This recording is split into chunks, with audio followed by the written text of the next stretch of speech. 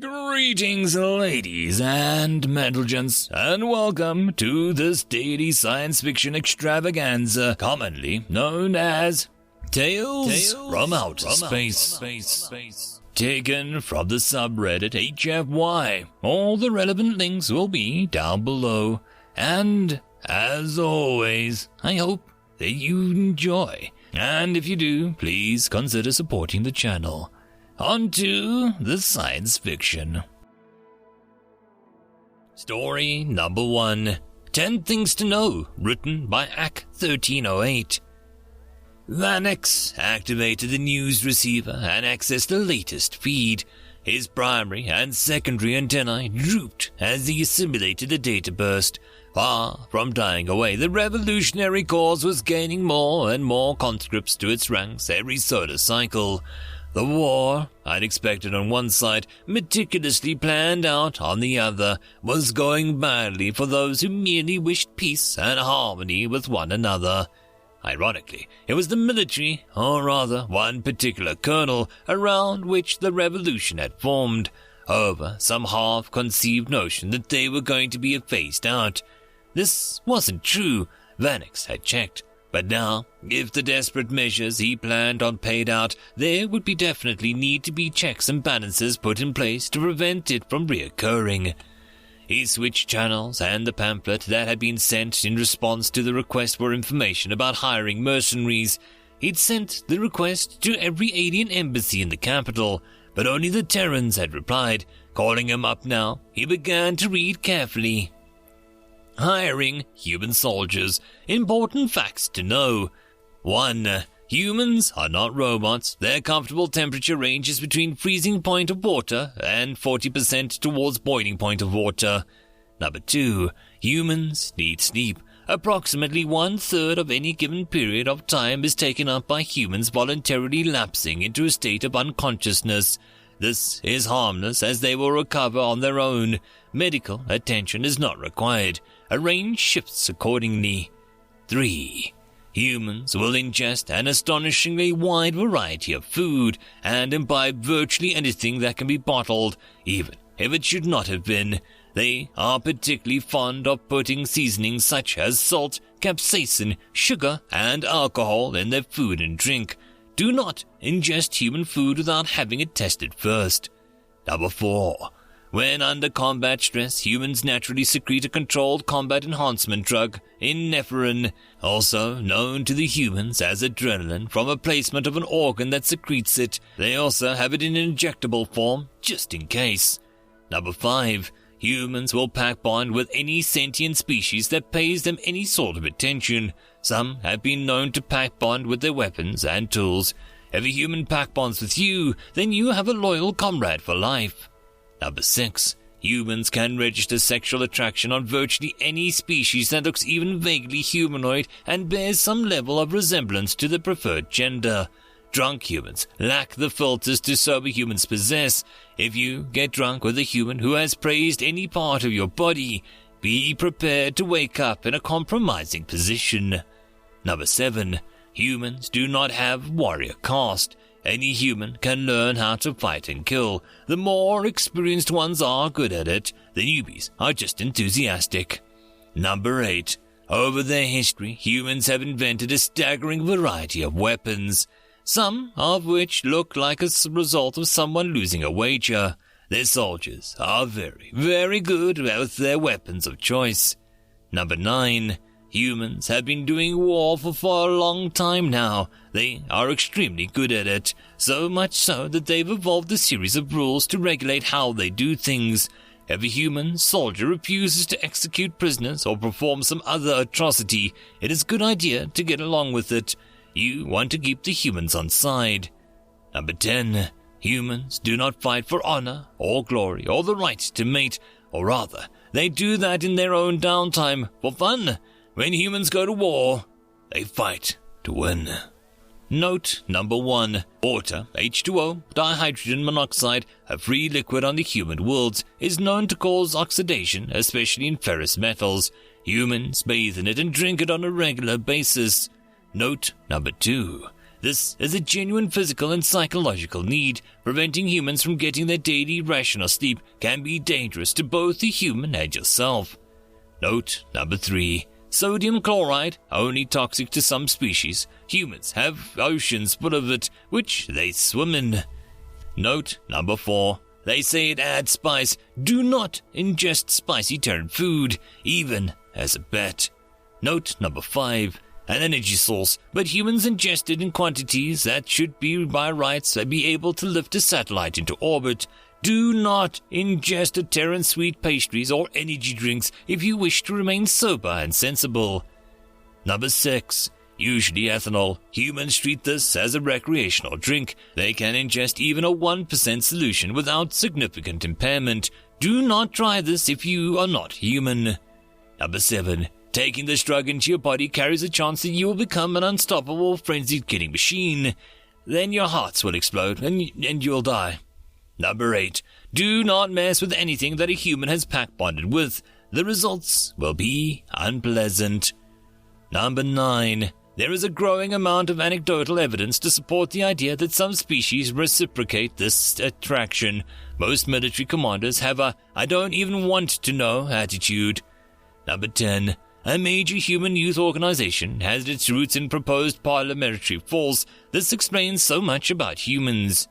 Number 11. If they run out of ammunition, lose their weapons, or didn't have one to start with, humans are terrifyingly adept at using an unloaded or broken range weapon in melee, or even improvising weapons out of ordinary items.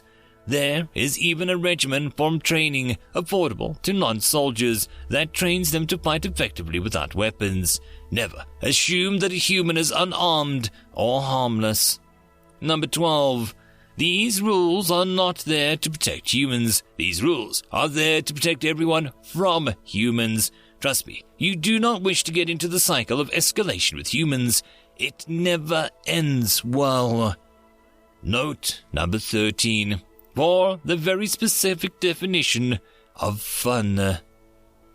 Having fun reading this, do you still want to hire human mercenaries? Accept? Decline? Vanix took a deep breath. Every instinct he had told him that whichever way he went, the repercussions would be long-running and unpleasant.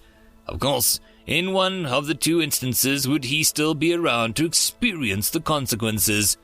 Reaching out with a sense of someone tossing a first pebble that starts an avalanche, he tapped accept. End of story. Story number 2. The Scary Sound, written by AC-1308.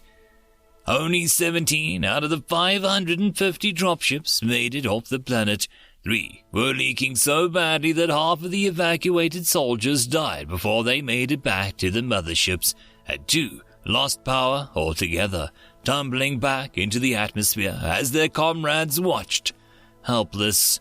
As the 15 surviving ships, horrifically damaged, docked with the respective vessels, the Vice Admiral in charge of the fleet was already giving orders to withdraw from the system. The screams of honor and the begging for any kind of reinforcements had shaken him more than he wished to admit. It was clear that the natives of this planet called Terra were well acquainted with war, to the point that his hardened troops had never stood a chance. Have the surviving officers attend my ready room as soon as they are able, he ordered, and then withdrew to begin writing up his own report. The mission to harvest bioorganic matter had been badly conceived from the start. He'd had virtually no input in the planning stage, though, in all fairness, he wasn't sure how his input would have changed matters. After a time later, 28 officers, commanders, and seconds in command filed into the Pra'arash's ready room. He waited until they had gotten themselves settled and then inflated his primary lung. We've lost over 10,000 soldiers, as well as thousands of trained pilots over the 500 dropships. Do we know that all of the dropships were destroyed, all the personnel killed? There was a nervous silence as the officers breathed only via their secondary lung, keeping the primary inflated in case they were called upon to speak. After it had dragged on for altogether too long, he pointed towards a senior officer of the Drop Corps. Major Karlak, I know that you don't know, but give me your best guess. Karlach, clearly uneasy to be singled out like that, shifted as though to hide behind his fellow officers, but eventually he stood firm. Sir, I would guess no. Braash made a gesture of agreement. This is also my guess, so unless they're entirely technically blind and deaf, they will be repairing what damage was done and integrating our men, their prisoners, regarding their operation and maintenance. Karlach second, a spindly fellow who looked as though he could be knocked over by a strong air current, raised up his primary manipulator. Braash gestured to him. Yes? Sir, the maintenance manuals were stored on the dropships, so the techs would know where to find them. Within his mind, Braash likened the silence that fell once more to akin to a deep and sucking swamp. It threatened to drag all of them down with it. As they took up the implications, with the manuals, the Terrans had everything they needed to repair and fly the dropships. Wonderful. I take it back from your lack of argument that Terrans are technically adept. Ash tried the dark humor, missed altogether, and ended up rubbing his men's faces in their failure. Yes and no, sir. That was Karlach. They don't have the gluten blaster or the neutrino rifle. Their weapons take a solely chemical kinetic in nature. Braash barely restrained himself from shouting at the Major. He breathed deeply, inflating and deflating his primary lung a couple times, until his reactions were under control. How did they beat you, then? His confusion was understandable. The society which had given rise to him had gone through stages of weapons development, but the one thing that they hadn't managed to get right was the propulsion of kinetic projectiles via chemical means. It had eluded them for so long that all major scientific institutions concluded that it was basically impossible. Once they had pulse gravity drive and they easily get into space, the energy weapons such as a gluon gun and the neutrino rifle were extremely powerful for their size. Their weapons were powerful for chemical propellants, Karlach reported. They had armored vehicles moving in linked threads and large kinetic weapons on top. These could only withstand up to 10 gluon shots, but they could fire 3 or 4 shots while we were waiting for the gluon coils to re-energize for a single shot. They were knocking out the emplacements faster than we were putting them up. That's bad, yes, but armored vehicles are always vulnerable to being swarmed, Braash said pointedly. Why did you not do this? Because they had infantry with similar versions of this weapon. Karlach made a gesture of despair. Smaller than a neutrino rifle, but they fired much faster and had almost as much penetration. They made a noise like a ducka, but when their weapons ran dry of their ammunition, they crouched behind cover and put more in there, in less time than it takes to talk about it. Braash didn't like the sound of this. Typically, it took the time to eat a good meal to recharge a neutrino rifle, but he still didn't have the full image. He also had armored fighting vehicles. They mount gluon cannons. Could your infantry not support those? Karlach closed the ocular organs for a moment. We tried, he whispered. We really did try, sir. The second ventured, but there was the other thing. The other thing. Braash somehow knew he wasn't going to like this. It wasn't due to any kind of prescient ability, just superb pattern recognition. Yes, Karlach made a gesture of extreme unhappiness. We were dug in pretty well, interlocking fields of fire, men swapping out and keeping them guessing. They couldn't advance on us, and we'd gotten a lucky shot in one of their armored monstrosities, so its kinetic cannon was out of action. And then we heard it. Braash didn't want to ask the question.